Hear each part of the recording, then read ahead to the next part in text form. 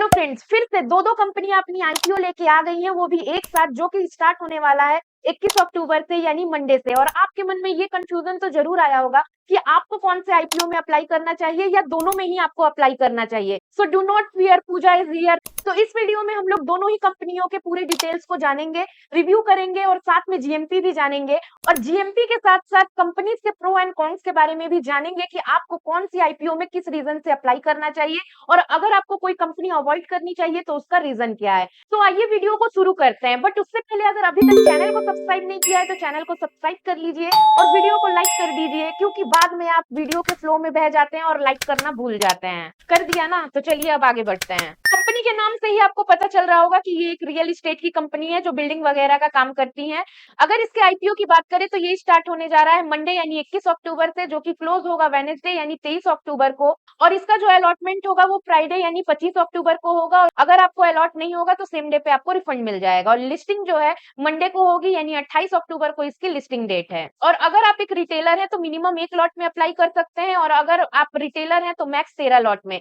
अगर आप एचएनआई हैं, स्मॉल एचएनआई है, तो मिनिमम 14 लॉट में और मैक्सिमम जो है 67 लॉट में आप अप्लाई कर सकते हैं। बिग एचएनआई के लिए 68 लॉट का जो है स्लॉट रखा गया है। आप अपने कैटेगरी के हिसाब से इसमें अप्लाई कर सकते हैं। इसकी अगर प्राइस बैंड की बात करें तो 192 रुपए से लेके 203 रुपए के बीच में प्राइस होने वाला है। एक लॉट में 73 शेयर का लॉट है इसका, मतलब आपको मैक्स इसमें जो है 14,819 रुपए का इन्वेस्टमेंट करना होगा। अब जरा कंपनी के फंडामेंटल को भी देख लेते हैं और फिनेंशियल एनालिसिस कर लेते हैं कि कंपनी फाइनेंशियली कैसी है। तो सबसे पहले अगर हम लोग इनके लाइबिलिटी की बात करें तो 2022 में इनकी जो लाइबिलिटी थी वो 79.65 करोड़ की थी, जो 2023 में बढ़ के 96.57 करोड़ की हो गई, और वो लाइबिलिटी इस साल बढ़ के 153.17 करोड़ की हो गई है। वहीं पर अगर इसके लाइबिलिटी को एसेट्स के साथ कंपेयर करें तो इसका जो एसेट्स है वो 322 करोड़ के आसपास का था 2022 में, 2023 में 449 करोड़ का हो गया है, और 2024 में बढ़ के, ये जून तक का डेटा है 2024,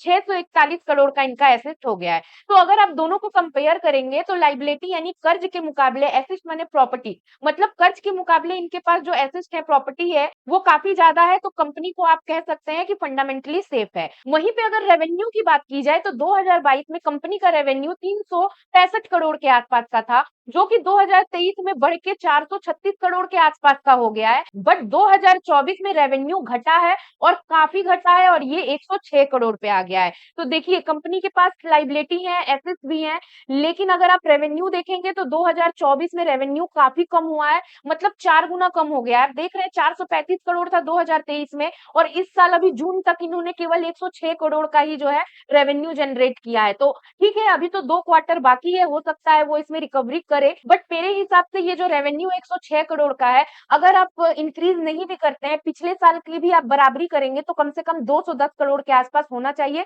बट नहीं, रेवेन्यू आधा हो चुका है। तो इस चीज को जरूर दिमाग में रखना होगा कि कंपनी में क्या ऐसा हुआ है कि रेवेन्यू इतना कम हो गया है, क्योंकि at the end of the day company profit करेगी तभी एक इन्वेस्टर भी प्रॉफिट करेगा, वरना फिर वो प्रॉफिट कैसे करेगा अगर कंपनी प्रॉफिट नहीं करेगी। तो इस कंपनी के रेवेन्यू ने तो मुझे निराश किया है, लेकिन अब इसके जीएमपी को देखते हैं कि इसकी जीएमपी क्या है। तो जीएमपी की बात करें तो 16 अक्टूबर को 15 रुपए का जीएमपी था, 17 को 30 रुपए हो गया, और आज भी 30 रुपए का ही चल रहा है। अगर ये जीएमपी सही निकलती है और 30 रुपए ऊपर लिस्ट होता है, तब भी आपको जो है एक लॉट पे 1700 के आसपास का ही प्रॉफिट होने वाला है। तो ये कंपनी आपके लिए सही है कि नहीं, ये तो वीडियो के लास्ट में ही पता चलेगा, क्योंकि अभी जो है एक और कंपनी का आईपीओ आ रहा है जो कि है वेरे एनर्जीज लिमिटेड। तो उसको भी हम लोग रिव्यू करते हैं और सब डिटेल के बारे में जानते हैं, फिर लास्ट में डिसाइड करेंगे कि दोनों में से कौन सा आईपीओ आपके लिए सही रहेगा। तो आइए जानते हैं वेरे एनर्जीज लिमिटेड के आईपीओ के बारे में।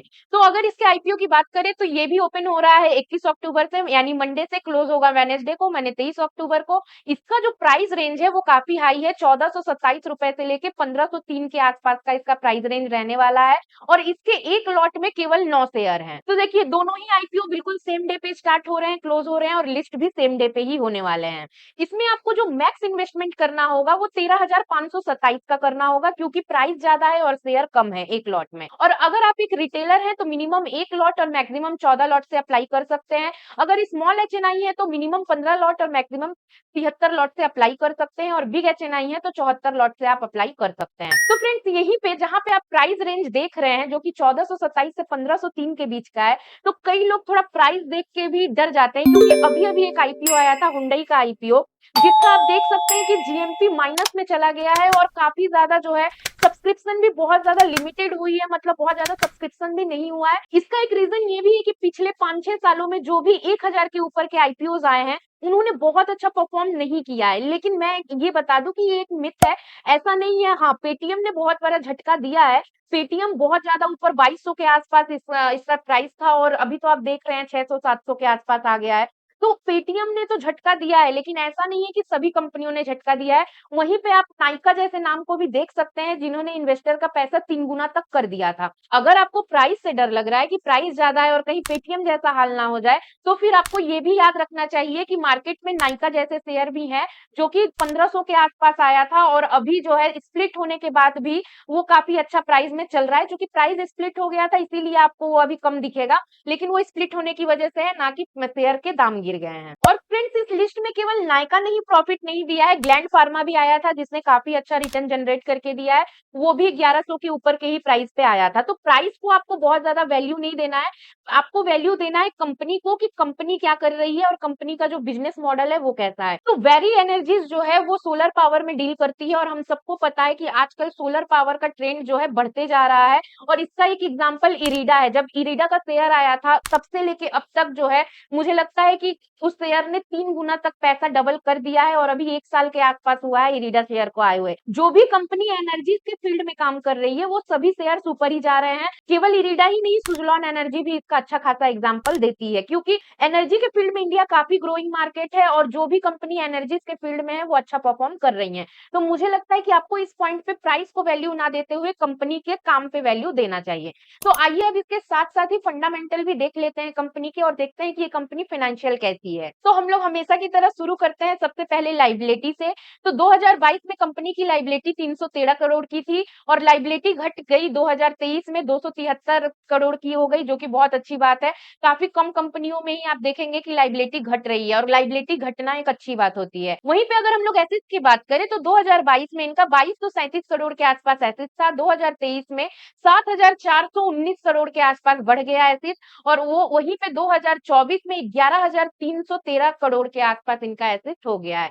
तो आप समझ सकते हैं कि कंपनी के फाइनेंशियल्स और फंडामेंटल्स कितने ज़्यादा स्ट्रॉन्ग हैं। तो इस मैटर में तो काफ़ी अच्छी लगी मुझे ये कंपनी। तो ज़रा अब रेवेन्यू पे भी नज़र डाल लेते हैं। 2022 में कंपनी का रेवेन्यू 2945 करोड़ के आसपास था और 2023 में डबल से भी ज्यादा हो गया और बढ़ के 6860 करोड़ का रेवेन्यू हो गया है। वहीं पे फिर से 2024 में डबल के आसपास इसने रेवेन्यू जनरेट किया है, जो कि 11632 करोड़ के आसपास का रेवेन्यू है।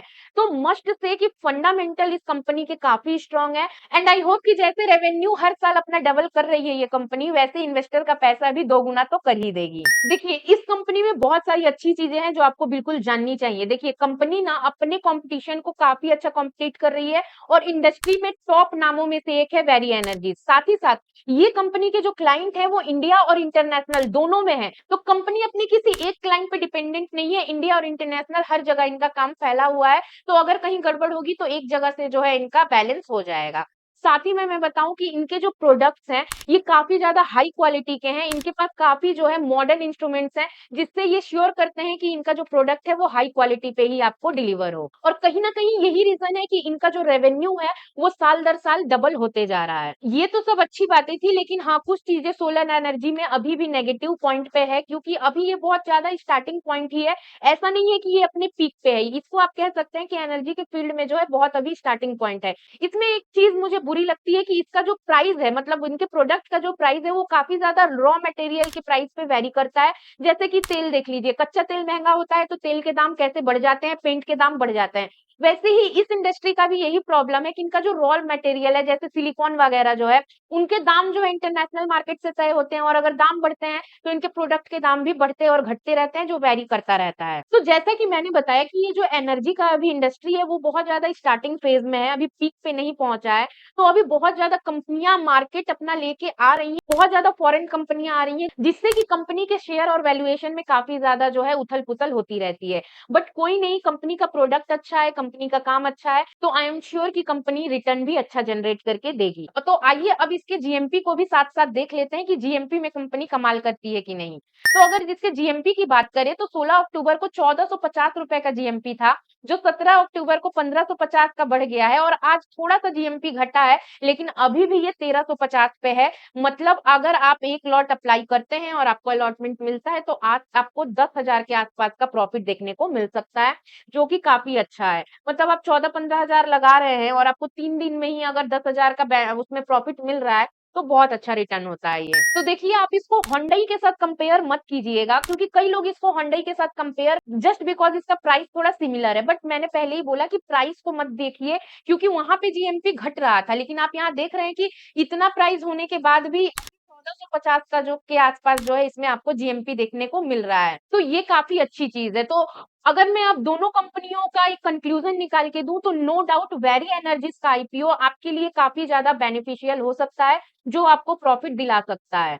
मुझे अभी के लिए दीपक बिल्डर्स का जो आईपीओ है, वो मुझे उतना अच्छा नहीं लगा, ना कि उनके रेवेन्यू भी घट रहे हैं, उनका जीएमपी भी कुछ खास नहीं है। लेकिन वहीं पे वेरी एनर्जीज के आईपीओ काफ़ी कमाल का मुझे लग रहा है, क्योंकि रेवेन्यू भी ये डबल कर रहा है, साथ में प्रोडक्ट अच्छा है, कंपनी का बेस अच्छा है, फंडामेंटल्स अच्छे हैं और जीएमपी भी कमाल कर रहा है। तो मेरे लिए तो वेरी एनर्जीज पास होता है। और आप अब बताइए कि आपका डिसीजन क्या है? आप कौन सी कंपनी में अप्लाई करेंगे या फिर दोनों में करेंगे या किसी में नहीं करेंगे? कमेंट करके मुझे ज़रूर बताइएगा। तो आई होप आपको ये वीडियो अच्छी लगी हो और हेल्पफुल लगी हो और आपकी कुछ हेल्प हो पाई हो। तो अगर वीडियो अच्छी लगी हो तो please like, share and subscribe ज़रूर कीजिएगा। फिर मिलेंगे एक नए इन्फॉर्मेटिव वीडियो में। तब तक के लिए bye bye and take care.